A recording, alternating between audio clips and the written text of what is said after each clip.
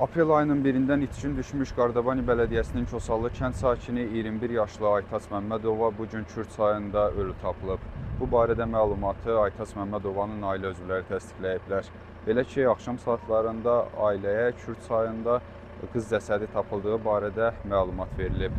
Bundan sonra həmin cəsədə baxış keçirilib və onun Aytaç Məmmədova olduğu ailəsi tərəfindən təsdiqlənib.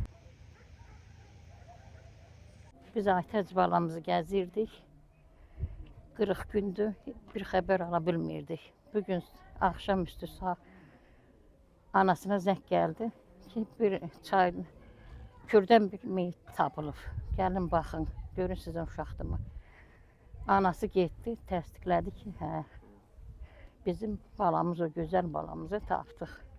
Hal-hazırda sabah bizə təhvil verəcəklər.